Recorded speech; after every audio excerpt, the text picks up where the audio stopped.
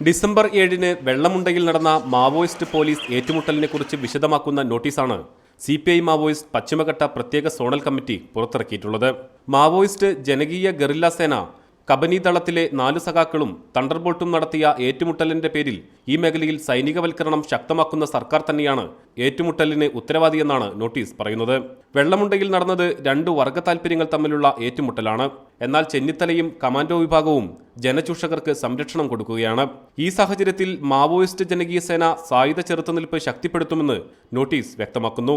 മാവോയിസ്റ്റുകൾ ഉന്നയിക്കുന്ന സാമ്പത്തിക, രാഷ്ട്രീയ, സാമൂഹ്യ പ്രശ്നങ്ങൾക്ക് ഉത്തരം കണ്ടെത്തുകയാണ് വേണ്ടതെന്ന KPCC പ്രസിഡന്റ് VM സുധീരന്റെ അഭിപ്രായം പോലും പരിഗണിക്കാതെയാണ് സർക്കാർ മാവോയിസ്റ്റുകൾക്കെതിരെ സൈനികവൽക്കരണം നടത്തുന്നത്.